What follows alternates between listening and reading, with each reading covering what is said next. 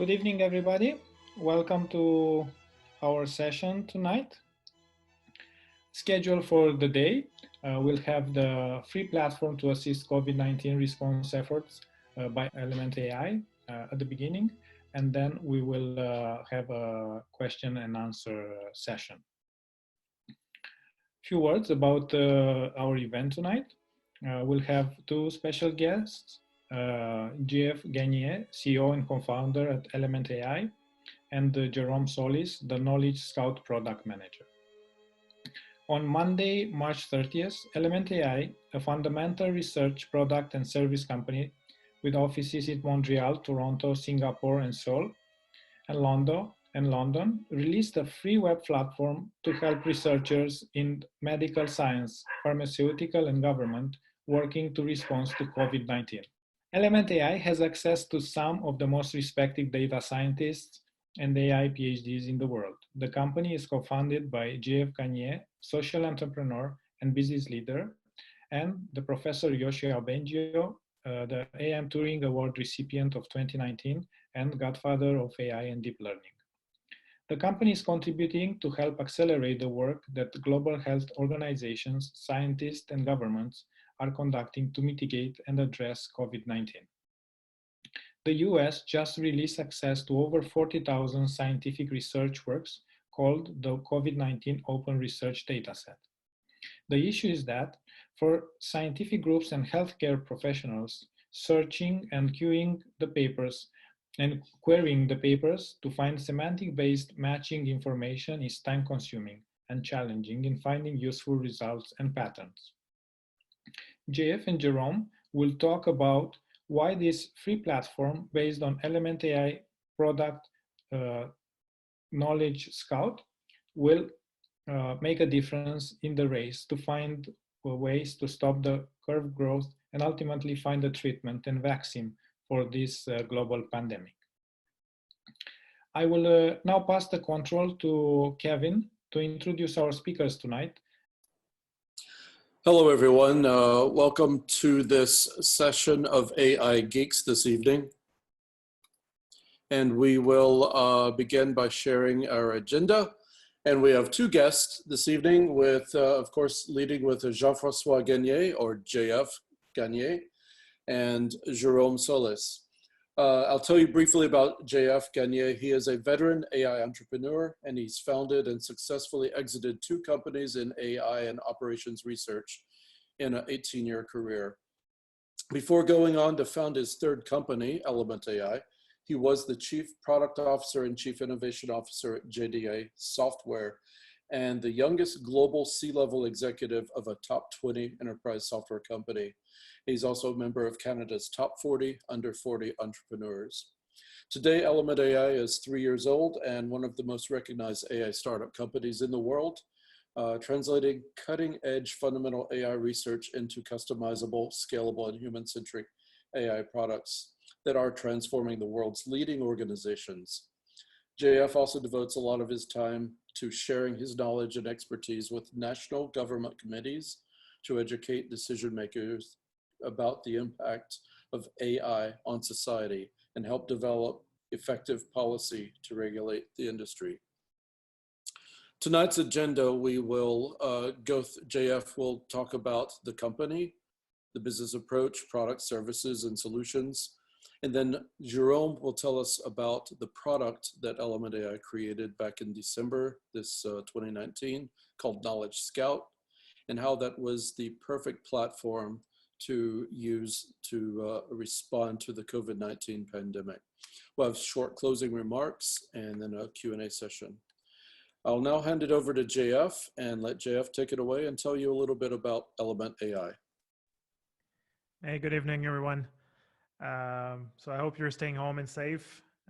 This is a tough time, and then at the same time for all the people who can actually manage to work remotely, insanely productive, surprisingly enough, but also tiring. So it's great you guys are hopefully taking it easy tonight and then listening and engaging with us over the presentation. Hopefully we'll make that an interesting moment.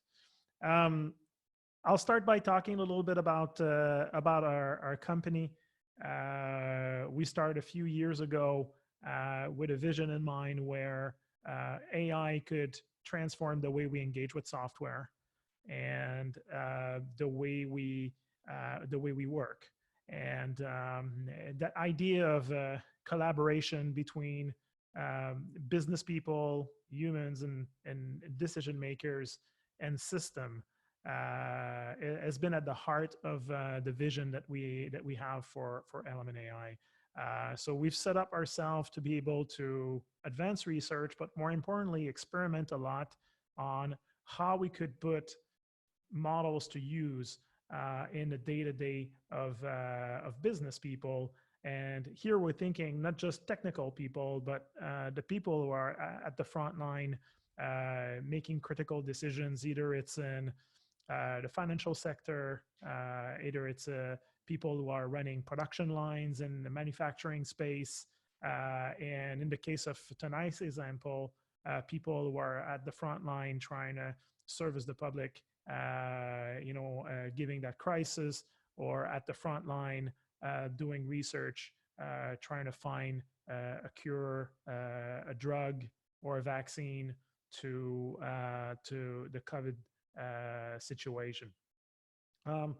Quickly on the organization, Kevin, if you want to flip to the next slide. So we're a sizable startup, but still a startup, and we're in the early phases of our development, but still operating globally. So mainly, when you think about us, our customers tends to be Fortune 1000, Fortune 2000 organizations. You see here a few logos in different areas.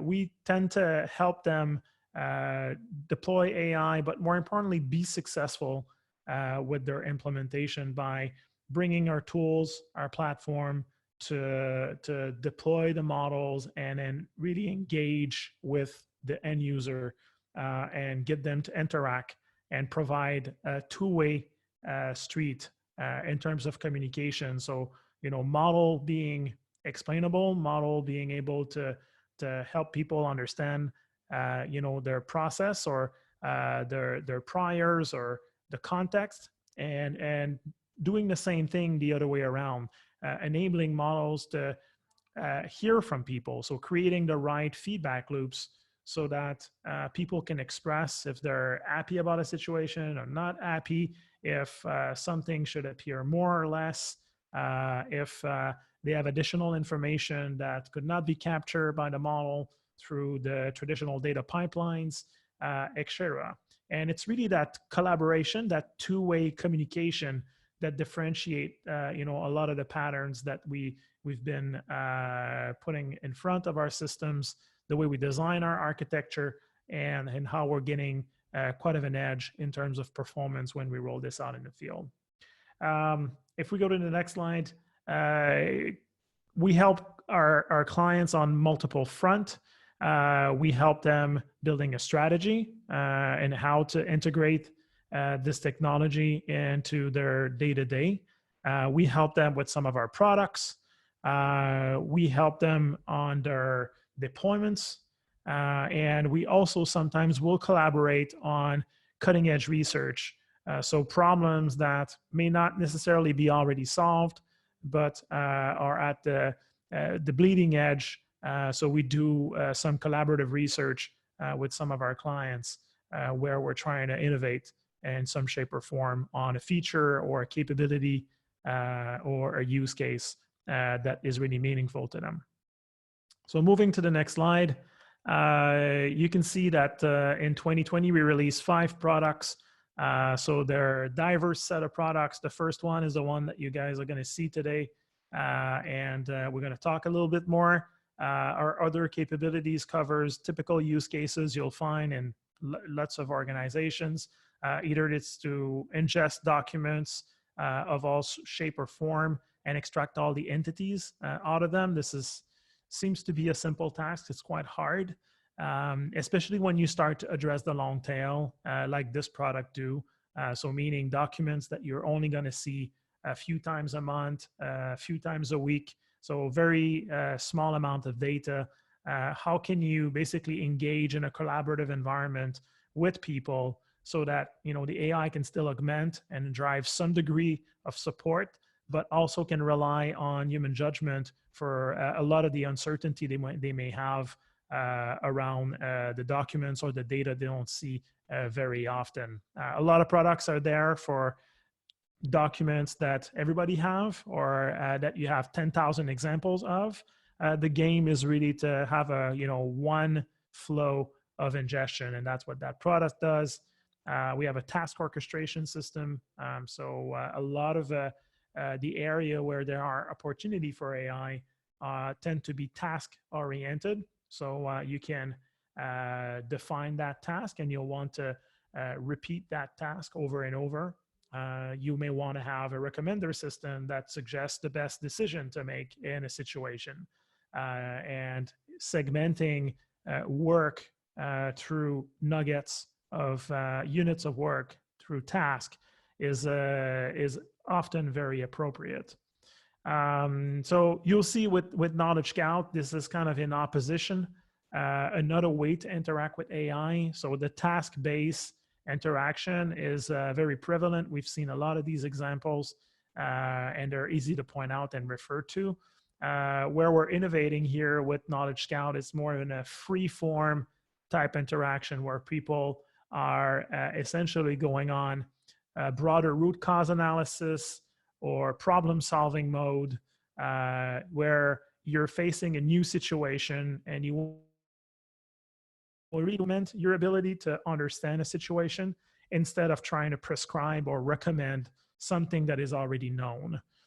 So this tends to be the two interaction model that we see mostly in the enterprise. You can pretty much cluster a lot of the use cases into a combination of these two interaction model or being one or another.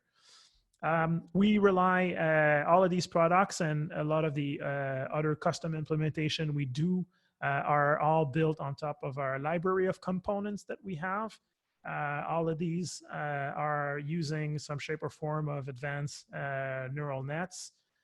So forecasting, anomaly detection, OCR, etc., and the list goes on. There's more information on our website about more capabilities we have there, and there's a lot of them that are still in development or early phase of the rollout that we're not necessarily advertising at the moment, but that are available to some of our customers. And then finally, this is running on our operating system. So that platform is basically enabling all of our clients and ourselves to monitor the full life cycle of having the data pipelines, having the models that are built, and then creating the small applications that are then rolled out to users. So this is a complex task to do. We're using a lot of unsupervised or semi-supervised approaches and creating feedback loop with users. It's very easy to have these model drift in terms of performance. So they require dashboards and proper governance in order to keep delivering the performance that they're tuned for at the beginning. So this is a tricky environment that requires a new kind of architecture. There's very little that exists out there, and that's why we went on the route of building a full-fledged end-to-end platform that managed the operation of building, deploying, and operating on advanced model of that sort. In terms of use case, where is this useful? That's useful across a vast array of industries. You see here a list where we're mostly active, but we've done work in more industry than that. Beyond the financial sector and the supply chain sector. Obviously, as an organization, we focus where companies are more mature and ready to engage with us. But we totally believe that a lot of the capabilities that we've built here and some that we're building today will enable us to also address a broader scope of industry and use cases. Our Knowledge Scout product currently runs in multiple organizations and has been deployed in multiple use case. So what you're going to see here is a configured version of the product. This was really the team ingesting and configuring the use case around COVID to address the personas that we wanted to enable, to empower and augment. But the same product currently runs on to do quality management and quality control in manufacturing environment. It's been deployed as a system to enable knowledge bases to be easier to interact with. You'll see the different features and you'll understand why. This is being currently being deployed on R&D environment in different industry, and the list goes on. So with that, I'll let Jérôme take it from here and talk to you a little bit about what's the feature set of that product, how we've been thinking about it, how we're evolving it, and then more importantly, how did this apply to the use case of helping these personas that we've targeted. There's a few of them, and I'll let Jay get into the details of this from here. Good, thank you, Jeff. So, hello everyone. I'm Jérôme. My pedigree is much less impressive than GF, but I'm definitely looking to catch up in the next few years. This product, my background on my end is more in physics, engineering, and then electrical engineering, more on the control systems, stochastic control system side. So I worked mostly in manufacturing before actually joining Element AI. And when I joined, I was part of the manufacturing practice at the time. And the objective of this group was actually to understand how we could bring our tech to a given vertical. So in this case, it was for manufacturing. And it's really in this context that Knowledge Scout really emerged as a much needed solution and product to enable, actually to assess a few pain points that we were seeing, right? And it's funny because manufacturing, you might be thinking a lot about the machines, right? There's already a lot of machines that are deployed inside those factories, and you're like, yeah, we could improve those machines to be even better. But actually, the real pain point was more when people were getting involved and when people tried to share knowledge around how to better assess certain situations. And this is really where Knowledge Scout has its roots. So if I was to summarize in 3 big buckets, the first one is really about assessing the large amount of data that people have today, right? So it's becoming like, it's rare to hear somebody tells you that he doesn't have any data. Right now, what you're seeing is more and more data being added, or either they're bought from third parties, either they're generated internally, but people are storing tremendous amount of data. And this has led to many difficulties in trying to find the right insights across those databases. So how can you empower a business user, right? Which is not always a data scientist that doesn't really understand how to operate cubes and to produce some sort of very detailed advanced analytics, but he's the one that has the most important questions for the company. So how can you bridge the gap in order to search through all those sources of information and then providing the right answer to the user was really the first pain point.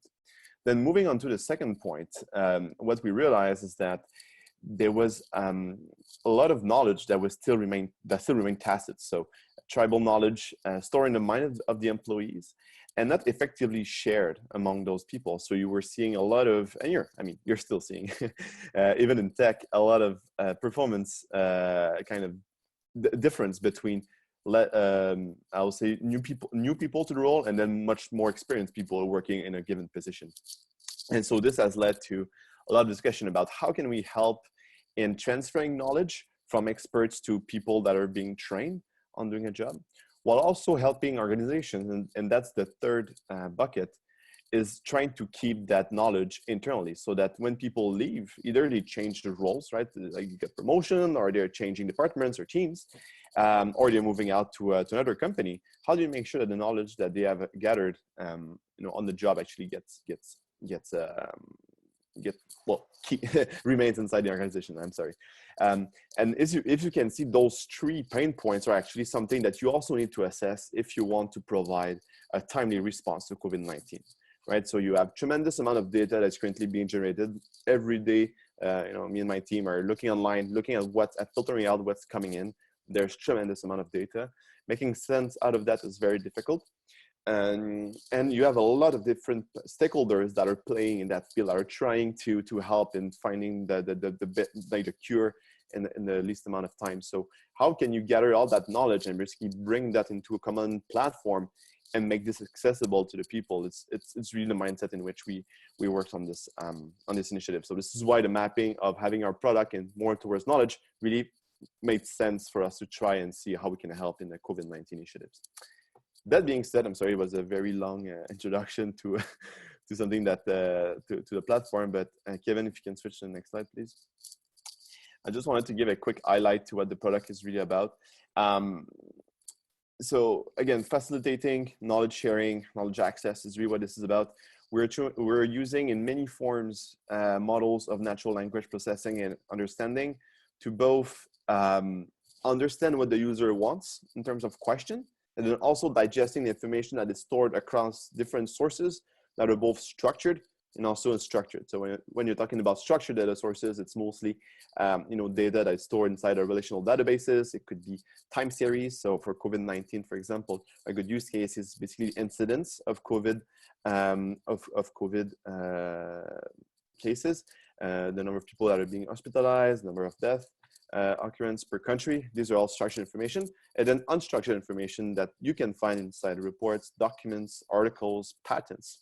So this information is available to the user, but it's to be able for the machine to access the knowledge, it actually needs to understand what it talks about. So this is when also you can deploy NLP techniques to get that better understanding. So we've got those 2 models. Well, there are not only 2 models, but more 2 features to assess both structured and unstructured information. Of course, there's bridges, not gaps, but there's a gap between the both, but you can connect bridges to actually make the unstructured data more structured. So it's something we're working on. But also there's all the concept of first explainability. And this is a big issue for research when you're trying to find insights, but actually also make sure that you understand why this is relevant to you. So you have this concept of explainable AI, and then you also have the concept of user learning. So when people ask questions, they're finding results. They're providing actually feedback to the platform. So there's ways where we can make sure that we use that feedback to actually be back propagated to the model, so that we can fine tune and basically improve the relevance over time of the platform. So this is different ways we can use the AI to actually bring more value over time. And as you could imagine, this idea of actually capturing back the feedback and sending it back to the system is actually a very clever way to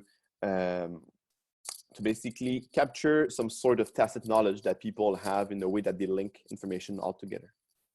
And finally, we have an idea of integration capabilities. So this concept is that the platform Knowledge Scout actually, what it does, it connects people to data. But this data could come from different sources, and it could also actually comes from other models. So if you have a forecasting model or you have an optimization model on your supply chain, for example, those models can be queried by the user if the question requires that model to produce a certain output, and then being sent back to the system just by training the model to actually understand a new set of questions given the new capability that is now available to the user. So this is also a way where you can have a platform that actually grows over time, grows over use cases, and can eventually support much more complex systems.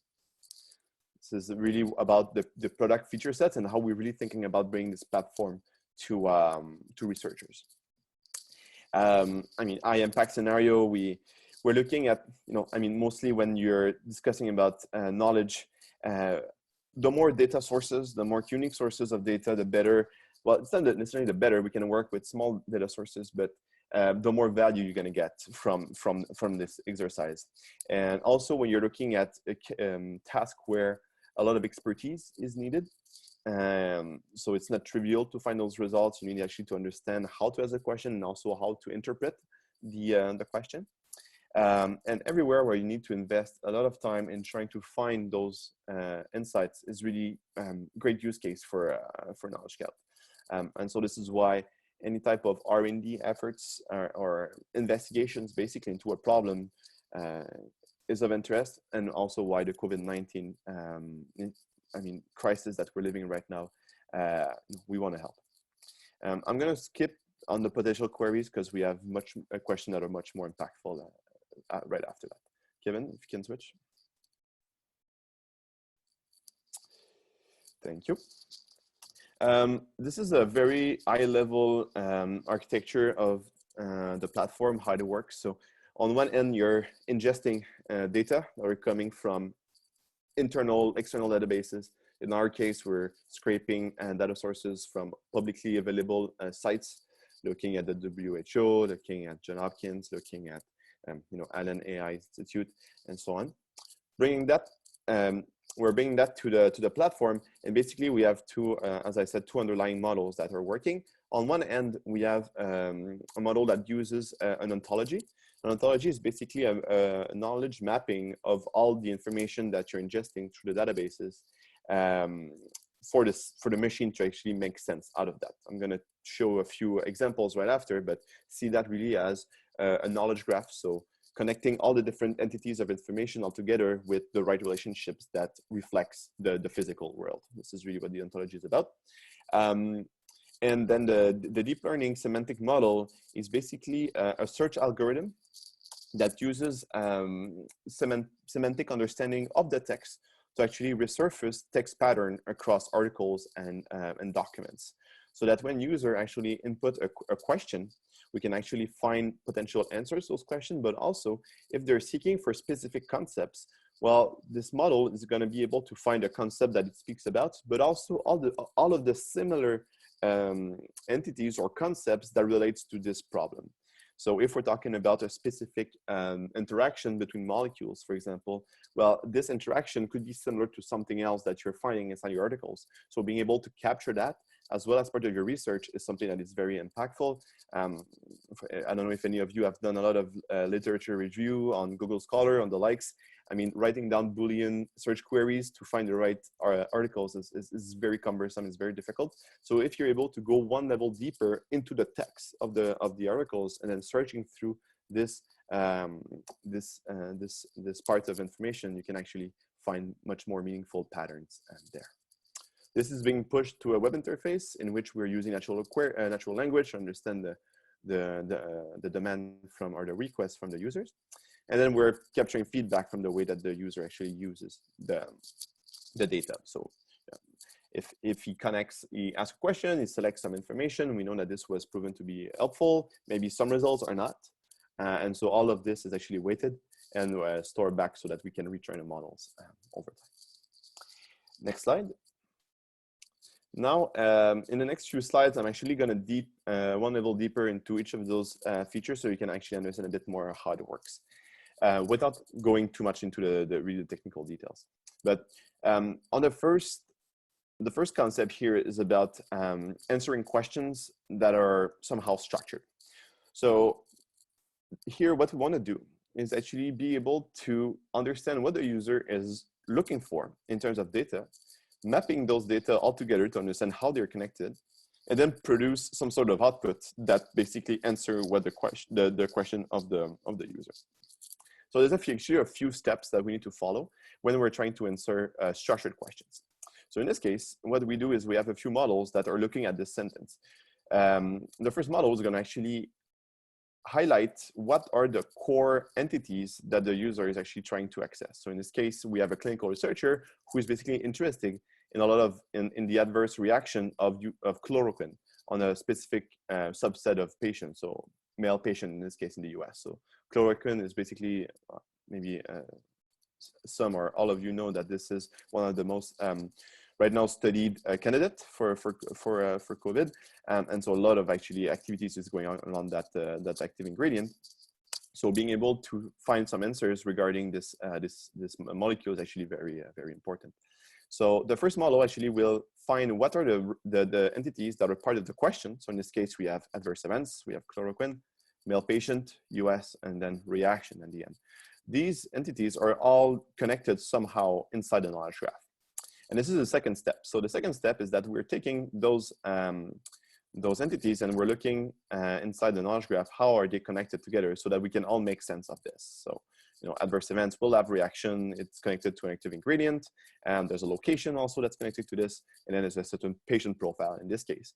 And here we only have gender, but we could have age group, we could have also symptoms that a patient was expressing, so on and so forth. So this is a graph that can grow as much as information that we have access to. And then the last step is about classifying the intent. So classifying the intent, what really means, it's trying to understand what's basically the results that the best result that user expects from this question. So in this case, we have an idea of how many. So we expect a count, right? In this case of adverse events, but break down by reactions for a specific molecule and specific patient type in a location. And so the system will do this classification and compute on the fly the result that is then presented to the user. So this idea is that the database is not pre-populated with those results. It's really about ingesting and computing the results on the fly as the people ask the question. There's a few limitations to this approach, and one of them is actually that the knowledge needs to be part of the ontology. If the information is not there, well, the system will approximate with something else that is part of the ontology, but it cannot overextend to what it actually knows already. So there's a few things we're looking at. We're looking at ontology discovery, which is something that we can learn new interactions and new connections on the fly. But one of the other way we can actually remove this limitation is by working with also unstructured data. And this is the concept of the next slide. You can move, Kevin. So if you cannot answer a question in a certain way that is more structured, well, then the other way is to look at, is there an unstructured answer to what I'm actually looking for? And this is very powerful here. What we're doing in this case is we're looking at body of text. So basically articles, documents, patents that have a lot of text.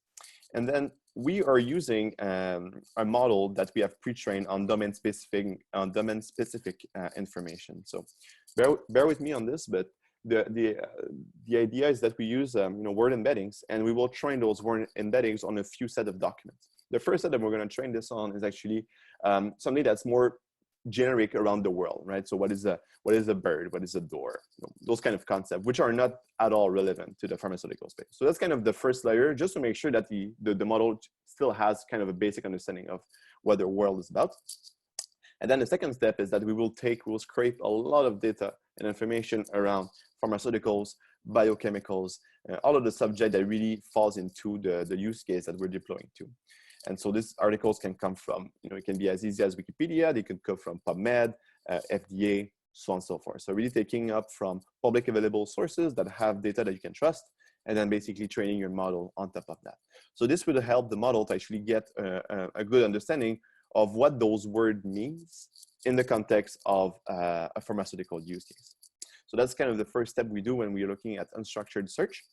And then the last step is to actually use that model to index all of the documents. So it basically understand how the documents are structured, what are the concepts, the topics that are discussed inside those documents, and we'll map that somehow, into it's a multi-dimensional space, so it's not something that's easy to represent, but on the right-hand side here, you could see some sort of approximation in a 2D space where the dots could represent documents, and the proximity between dots is basically the semantic similarity that is present between those documents. So what it means in this context is that if you're searching for a specific, you're basically asking a question, or you're searching for a specific pattern inside a text. If you search that, what we're going to do is we're going to transform that text into its basically vector representation by the model. And then we're going to look at which other articles are actually similar to what you just asked. And so we're going to look at the closest neighbor to that question, and basically bring that up with a ranking that is basically home bake on our side, with a ranking to the user, so that we are actually not just resurfacing documents that share the same keywords, but also share similar topics and concepts for the user to review. Right? So that's kind of first step, sending back those results. And then the second step is to look at how the user actually answers those, not answers, but interacts with those results. So if he views, he saves the documents, this tells us about how good the recommendation was on the system. And then we can capture that in order to improve and improve the accuracy of the results over time. So when the system cannot answer in a structured way, we fall back to the unstructured information, and then we can search through the set of documents and articles on that side. So then the next step, you could understand that it's actually to make the information that's stored inside those documents available to the structured information. So you can extract the topics, the concept, and then you make them part of the ontology that you really have before, so that you actually now have a connection between your articles and the structured information that you have access to. And then from there, you actually pretty much cover a lot of ground when you are trying to answer a query from a user. All right, this was very exhaustive. Moving on, I hope it's clear for everyone. I mean, if you have any questions on this, feel free to ask them for the Q&A sessions. Before I move, JF, do you want to add anything on this front? Was it, do you have anything on your mind? No, I think that's good. And again, the COVID-19 instance is publicly available. So if you search for Element AI COVID-19, you'll find the landing page. We explain how to use the system. There are some examples. You guys can provide feedback. Mm-hmm. And yeah, I mean, you'll be able to experiment. We'll be adding features and new capabilities in the coming days and following weeks as we're engaging also directly with our targeted audience on this topic. Mm-hmm. So we're implementing new data sources and new models, question answering models, summarization models, etc. So more and more capabilities are going to be made available. Mm-hmm. Our goal here, when I talked about these personas, is really to help people get access quickly to that information to support research activity, but also the whole platform can expand and can be useful and helping out people figuring out the manufacturing capacity. So this is another very complex problem when you're doing strategic planning. So as the world will want to respond to this, people will want to contrast what kind of regulation were passed, what kind of situation are they facing in each countries, and then how to properly respond. So tapping into a lot of the open source models that will be available about, risk and population and vaccine effectiveness. Using this tool, it can be useful to essentially be able to answer questions about how much of one type of vaccine should we produce, who should we reach out to, etc. In order to provide clarity to all of the actors that will have tough prioritization decision to make. So we see this platform as an opportunity to go beyond just finding and researching information on the science front, but also helping out on the other aspect where a lot of coordination are going to be required. So there's a nice opportunity here to help on manufacturing and then ensuring the distribution later on. I'm looking at a question in the Q&A, so from Jeffrey regarding the if the data that's being analyzed by characteristics like age, gender, ethnicity, race, pre-existing condition. So that's actually an interesting question. We have access. I mean, there's online. you can have access to actually data that's already structured in this format. So in Canada, there's a data set, I think, that is actually much more detailed around the cases. And actually, if you have this granularity of data, then you can ask the question regarding mostly conditions. I haven't seen much around ethnicity or race, so I don't know if this is something that we can deduce from other sources, but I've seen it a lot with pre-existing conditions, age for sure, gender as well. So there's data sources that are already available with this information. But then another thing you can do is actually analyze the text and then extract those entities from the text itself and see how they relate to the cases. And so that's another approach to actually getting that information available. The only thing you need to make sure is that I mean, inside of the ontology, you don't duplicate too much, right? So if you connect to some databases, watch out if you're connecting too much information, you need to normalize all the time. So it's kind of the thing you need to look at. One of the area where we see where we're being directed, where we think there's going to be a lot of impact, is really connecting the unstructured data sources. So all the articles that are being written, or in some cases, all the regulations. So what are each country approach to social distancing? And what measures have they put in place, and how does that relate or connect with structured data effects? And doing this, of course, you can brute force it and have an army of analysts looking at it, and then you're gonna end up with the result. The thing is, like, this information changes on a daily basis, and we see a lot of value in the tool in being able to bridge these two worlds. This is the same thing for the scientific paper that you can now access, that we've already connected. Connecting that with structured data has a lot of value. So being able to understand all the semantic and the topics and in the articles, and then enabling easy connection with structured data is where there's a lot of value. And this is one of the things that in the industry we've managed to do on a few use cases that brought a lot of value to people. And this is one of the area where the team is currently putting a lot of effort to try to move the needle and add something, because you can get access to the dashboards. There's tons of them out there, tons of open source data sets.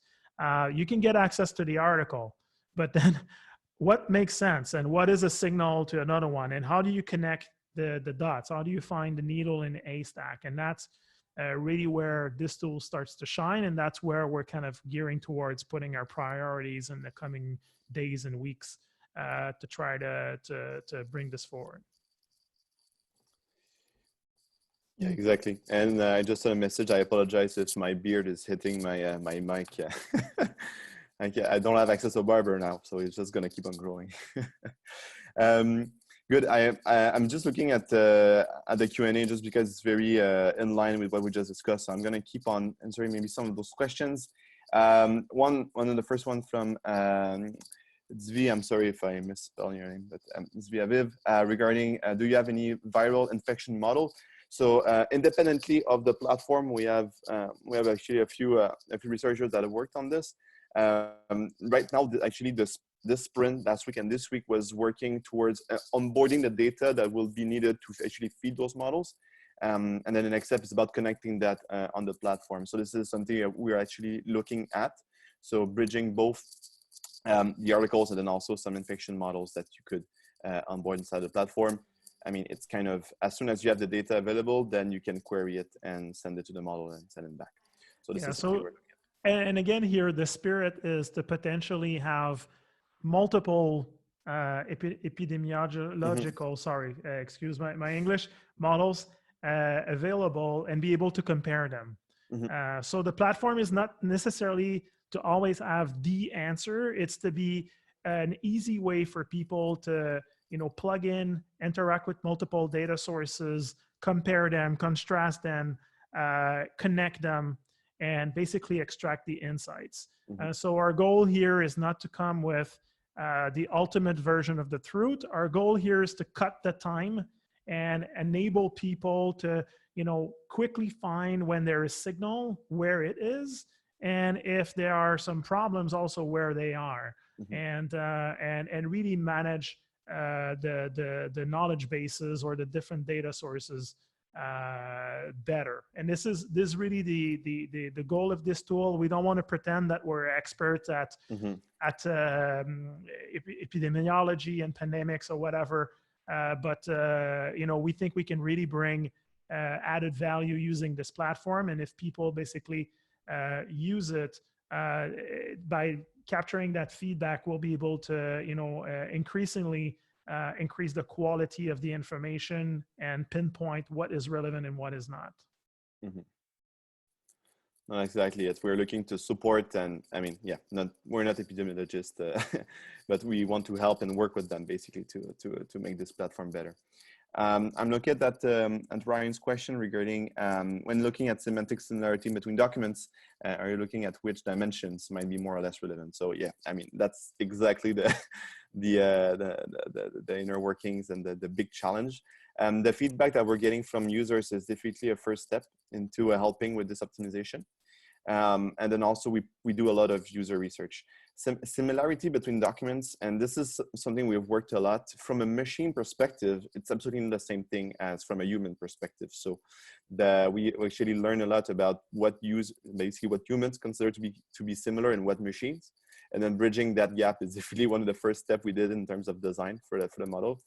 And this will vary from cases to cases. So there's a fine-tuning approach that we are always doing to make sure that we improve the model.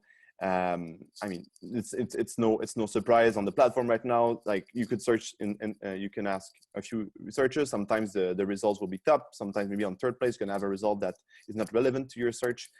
This is kind of why it works, is because the system was fully unsupervised. So we don't require any labels prior to doing the training. So everything is kind of, we do it in a naive way. So the more data you train on, so the more knowledgeable your model is from day one, the better usually the results are going to be.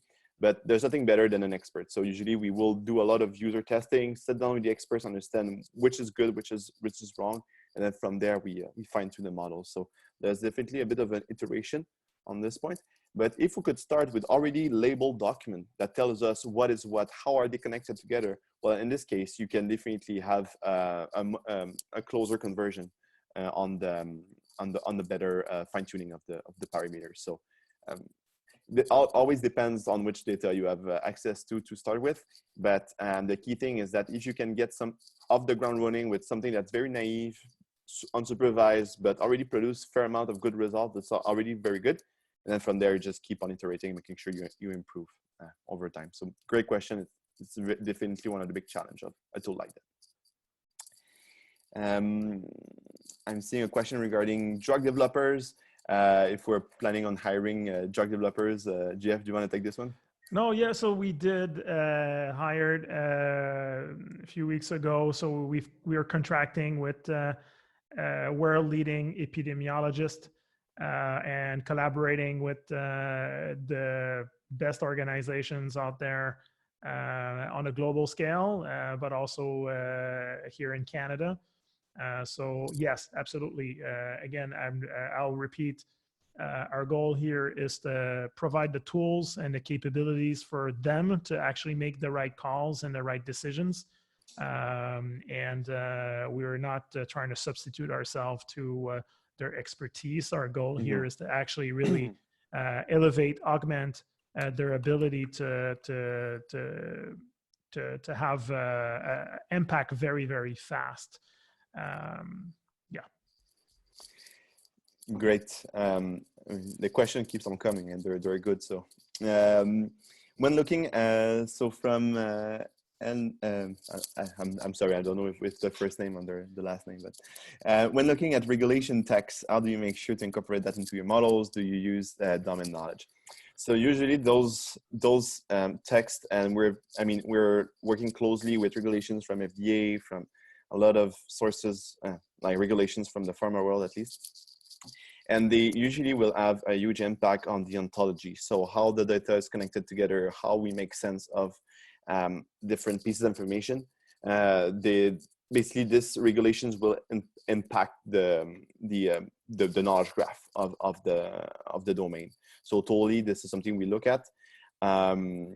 And I mean, for any optimization model, we need to take that into account. So the answer is yes in this Yeah, case. and also looking at government regulation is the same thing here. So, you know, this is a semi-supervised approach to the topic extraction for this topic.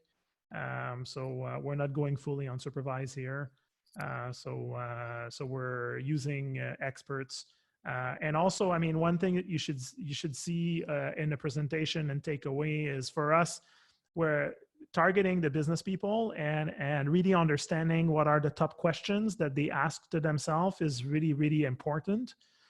So as much as the product is free form and supports millions of different types of variation of questions, we compute things on the fly.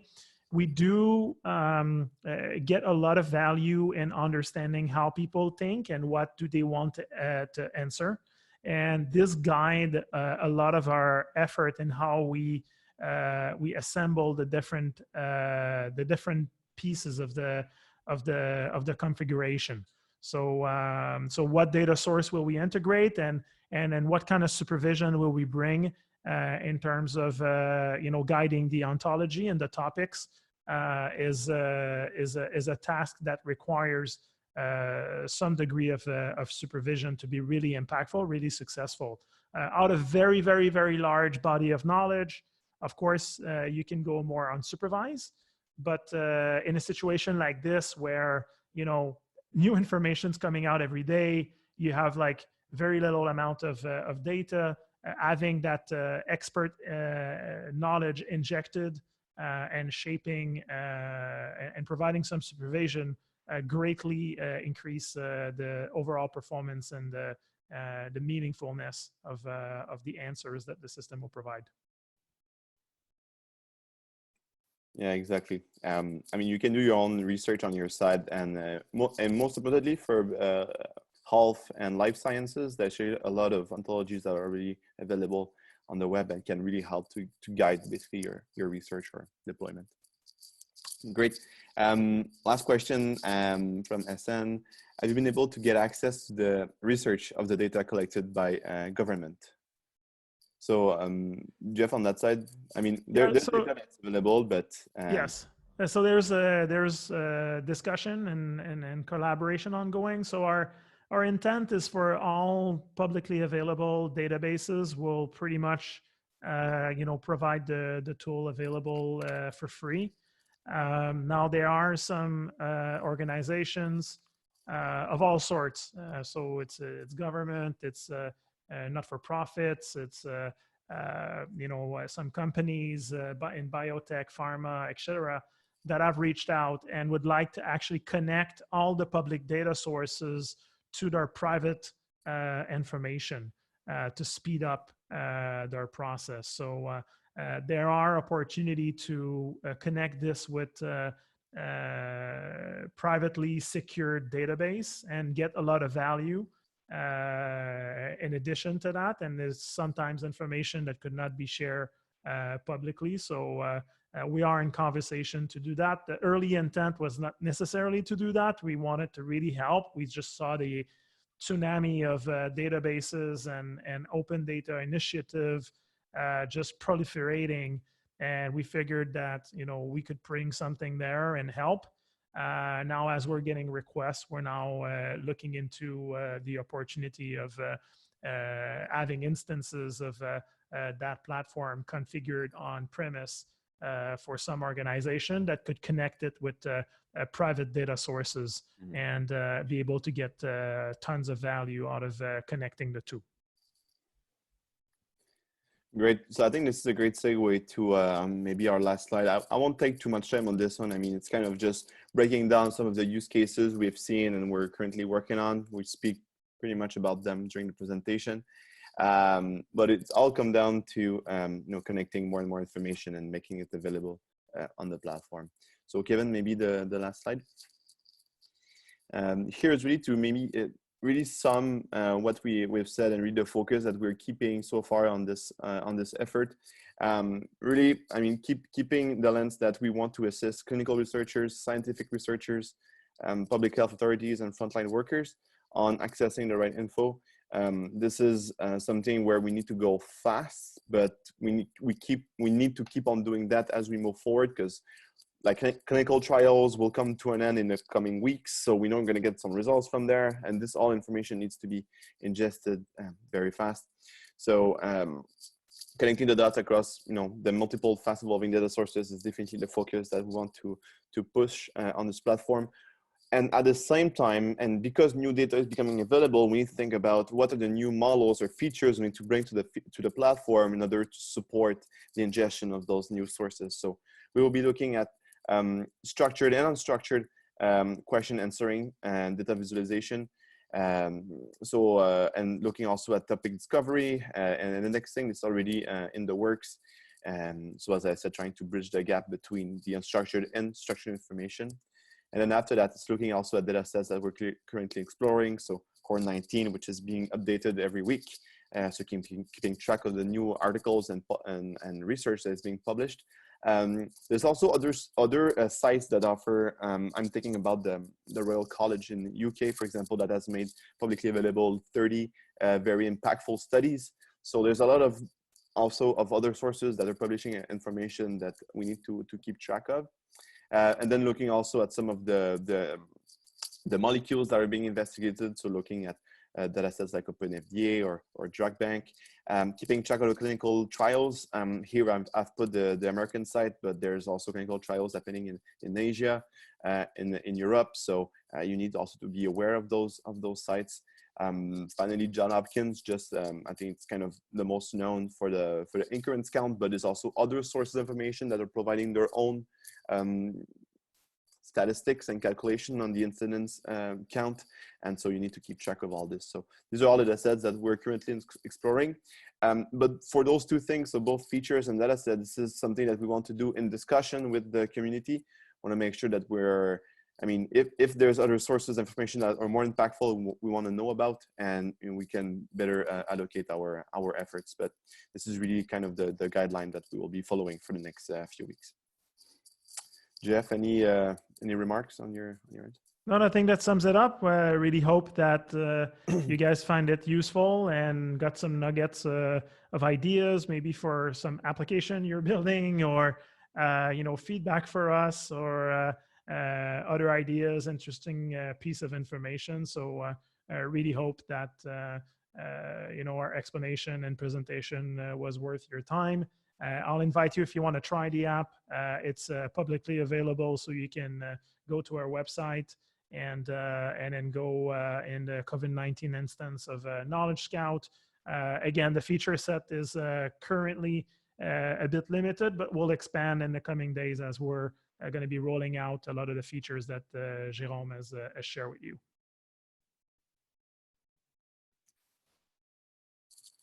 Exactly. So I think the email here, you're better off connecting to us through the page of the platform. It will directly go to me, so we'll be faster. Great. Do we have any questions? I mean, what's the time like?